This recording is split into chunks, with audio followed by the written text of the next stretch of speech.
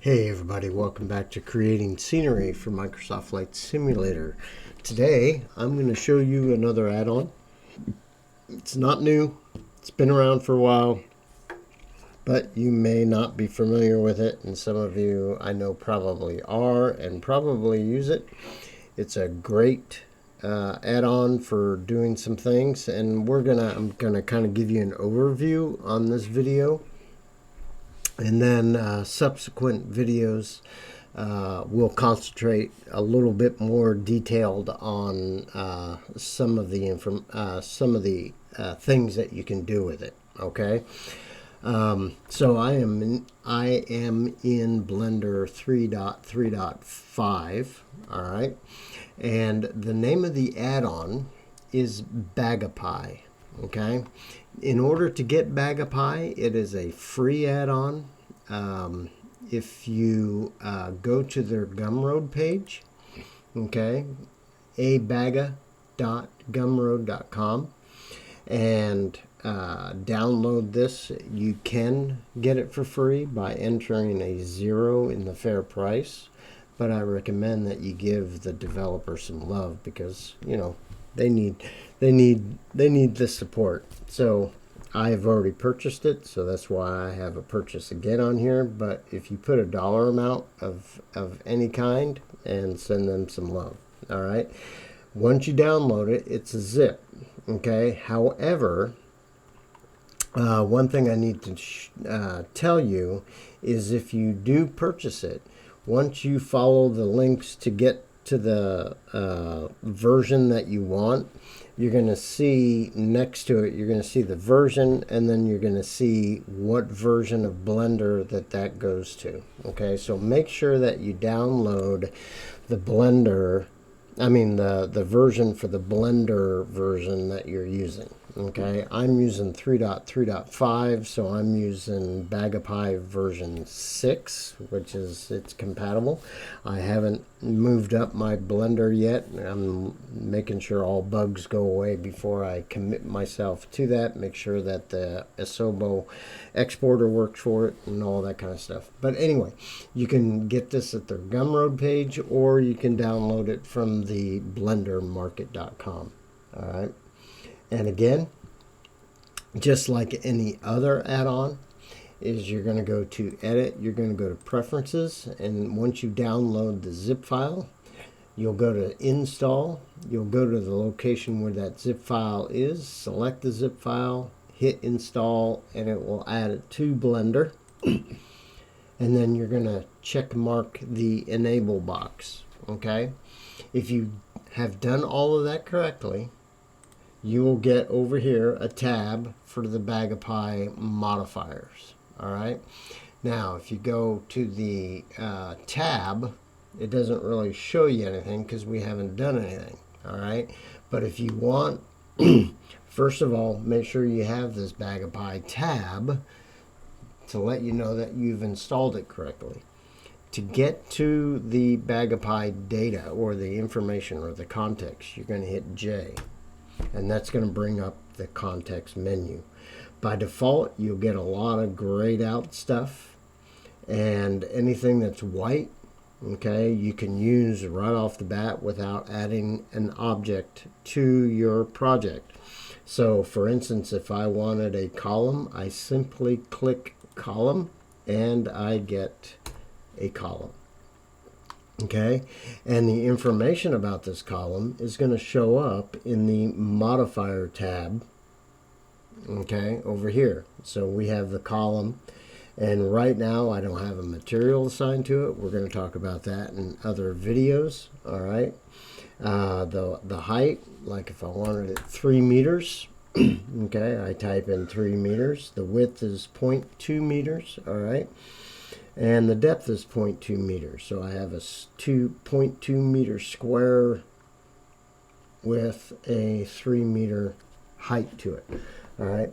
Now, if I want a round column, I'm simply going to go over here. It says use round. That is a Boolean logic operator.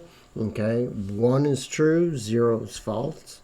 So if I want use round, I'm going to change the 0 to a 1 and I get a round column. All right. Let's Control Z. Let's get out of that. All right, so we undid what we just did. If I hit J to bring up the context menu, okay. If I was doing tiled roofs, okay, I can simply like click tiles and it'll automatically create a tiled roof. And this happens to be like a terracotta roof, all right, where you get a lot of Spanish architecture, stuff like that, okay. That's terracotta roof. But if you come over to the modifier, okay, you can do it over here as well, okay. But if you come over here to type and you change this to 1, notice that the tiles change in their shape. All right, and I think we have 6 of these available, 0 through 5. So we got some flat tiles with a little lip. Okay, so got some WVs, whatever you want to call them, and so you have completely flat tiles. All right, so you can play with some of these, and like I said, in subsequent videos we're going to talk about all the particulars. So let's do some Control Z's, and whoops, go back to where we were. Where'd that come from? All right, so let's redo. There we go. Hit our J context menu window, and let's look at some of these other right out of the box stuff. You can do, let's skip the beam wire for now because that's a little bit more complicated, but we'll talk about that in some other videos. But I'll hit it just so you see what it does. Oh no, no, I did want to show you. Let's say you're making towers. Okay, so let me control Z, hit the J, and do a beam wire. This is like if you're making like a tower. All right, so right off the bat it creates a tower, and you can change all the different, okay, right now we have 4 segments, 5 segments if you're making a pentagon shape, if you're making a hexagon, septagon, octagon, blah blah blah. Okay, that's how many sides you want. So let's do a 4, and you can come down to beam profile, and if you hit beam profile and choose 1, now we have, for the beams, we have pipes, okay, instead of tubes, right? Square tube. All right, that's the beam profile. For the tri profile, if you want that, that's these cross members. You can change that to a 1 and they'll become round. Okay, so you can deal with, okay, right now we have 10 right off the bat. We have 10 sections, 1 2 3 4 5 6 7 8 9 10, and you can add as many sections as you want as you build your tower. And you can control the size of each section. All right, right now each section is 1.5 meters. Okay, so that's a beam wire, making a tower, a quick way to make a tower. Okay, so let's do some Control Z's here. Yeah. Undo everything that I just did, hit our J for our context. Let's say you wanted to make just a standard beam. You're just going to hit the beam and it'll add a beam where your cursor is.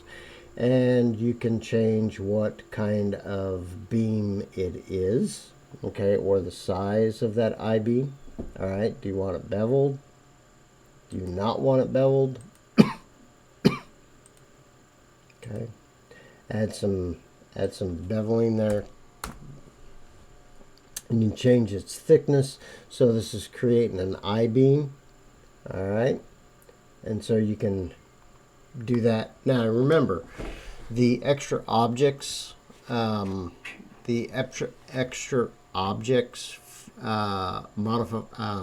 add-on that comes with Blender. You can use the beam constructor to do the same thing. So I use that more than I use BagaPie for doing the beams, but you can. Okay. So let's Control Z here until that goes away. Hit our J for our context menu. But let's say if you want to make a simple set of stairs, you just hit the stair linear and you'll get a staircase, and you'll notice that there's different kind of pieces, parts of the stairs. You have the handrail, you have the baluster, you have the glass panels if you want glass panels, you get the stringers, and you get the steps. Okay, so let's talk about this real quick. All right, I'm not going to go in too far detail. We'll save that for another video. But if you wanted to, let's come over here to the material. Yeah, let's go to the material and let's add a new material. And let's call this glass. Okay. And we are going to use MSFS glass, and we're going to change the color to, let's do green. Let's darken that up a little bit. And then we're going to come up to the alpha channel, and we're going to say we want 0.2 transparency. Now notice nothing's happening over here yet, okay, because we haven't assigned that material yet. But now we have a glass material. All right, we added a glass material. Now coming over to, let's add another one. Let's hit plus, and let's make this one chrome, and let's change its characteristics. That's light enough. Let's move up the metallic and come down here, and I'm just using vertex colors, so let's move the roughness down. So now it should be a shiny material. All right, now let's go back to our modifier, and let's go to the glass material, click that, and choose our glass. Okay, now in our BagaPie modifier, we now have a glass panel between each baluster. Okay, see how that works? All right, now let's add a material to the handrails. So we're going to go to the balusters. I'm going to use that chrome for the balusters. So now the balusters have that chrome look to it. Okay, and let's add that to the handrail material as well. Okay, so you can build your stairs materials like this. But let's say you don't want the glass. Okay, you can simply come over to your modifier stack and find the Boolean for the Boolean logic for using use glass. All right, so let's come down here. There's glass. Where is it? I know it's around here somewhere. There it is. Use glass. Notice that it's 0. Let's change that to 1. Okay, so now we eliminated the glass. All right, and there's some other modifiers that you can change, and we'll talk about that in another video, to add, instead of glass, that you have some pipes or stringers down here on the handrail and things like that. And you can change the size of the rise and the riser, which is the height. And you can change the tread of the stairs for different size. You can change the width. You can add stringers or no stringers. You can make it solid. We'll talk about that in another video. Okay, let me set up for another one. So continuing, hit our J for our context. And if I did a spiral staircase, you can make spiral staircases and change their materials and sizes and all that kind of stuff. Control Z, and if I hit J again, okay, you can do a floor, where you can lay out like a wooden floor, where you can control the look and feel of that floor. And again, we're going to talk about that in another video. I'm going to make a video of each one of these a little bit more detailed. Like I said, this is just an overview for right now, okay, and how to use this BagaPie modifier. So Control Z, and let's do another J. Context, handrails. You can draw a handrail and make some changes to that, and again, I'm going to do a more detailed one about that later. This gives you an overview so you have time to download it and get kind of used to some of the context menu stuff, and then we're going to get into detail later on. All right, so let's do a Control Z. Okay, I'm going to go back to object here, and I'm going to go to this BagaPie, and I'm going to delete the hierarchy. So we're back to square one. Hit J for the context menu, and you can do floors, fences, and things like that. Now notice that a lot of this stuff is still grayed out. Well, it's grayed out because you need an object in order to add that, apply that modifier to, right? Okay, so what we're going to do is I'm going to show you really quick. We're going to do one for the siding. Okay, I use the siding modifier to create like louver doors and things like that. Okay, but in order to use the siding, it has to have an object to be associated with it. And we're going to talk about walls and windows and pipes and cables and all that stuff. We're going to talk about arrays in another video. But let me show you array real quick. All right, so let me escape and let's add a cube. Okay, and hit J for the context menu. If I can use the modifiers. If I want to do a line array, it will automatically create an array, and I've made some changes here. That's why I get diagonal like this. Okay, let's make Y 0, so I can create an easy linear array. I can do a grid array based on data inside of this context menu. I know I'm probably covering that context menu, sorry. All right, but you can do your grid arrays. I don't like to use the circle array in the BagaPie. I use standard type of array modifiers to do my circular arrays because I got better control. Okay, but you don't have to. All right, so you can use the BagaPie or circle array if you wanted to, and then there's also curve array, but I don't have a curve on here to associate it with. Okay, so that's the array modifier. All right, but to show you, notice since I have a cube, all of this stuff is now white. I can apply a modifier to an object. All right, and that's what I was trying to show you, that by default, if you don't have an object, some of this stuff is going to be grayed out. And if it's white, that means you can use that modifier without having an object. Okay?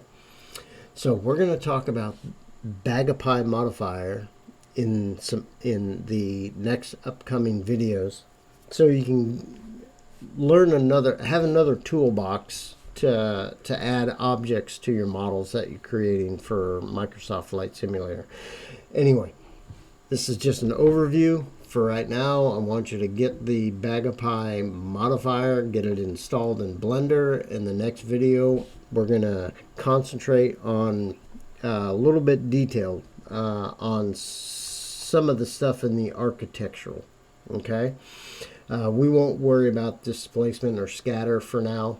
I don't really use the scatter stuff, but we will talk about the architectural stuff in some upcoming videos and some of the Boolean objects here. Okay, hey, if you guys like, please subscribe to the channel, hit the thumbs up if you like the video, comment if you feel inclined to support me, what I do here.